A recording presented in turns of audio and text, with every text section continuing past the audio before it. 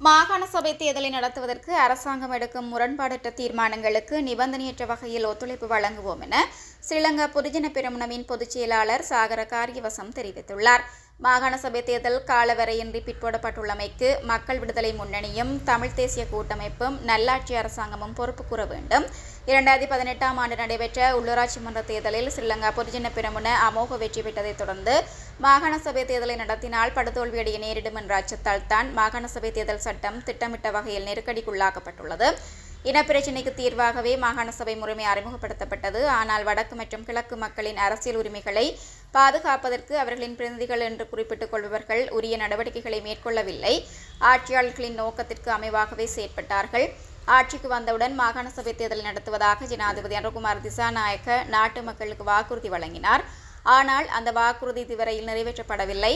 அரசியலமைப்பின் 13ஆம் திருத்தத்தை முழுமையாக அமுல்படுத்துவதற்கு ஒருபோதும் இடமளிக்கப் போவதில்லை. ஒற்றையாட்சியின் அம்சங்களுக்கு பாதிப்பு ஏற்படாத வகையில் எடுக்கும் தீர்மானங்களை ஏற்போம் என்றும் அவர் தெரிவித்துள்ளார்.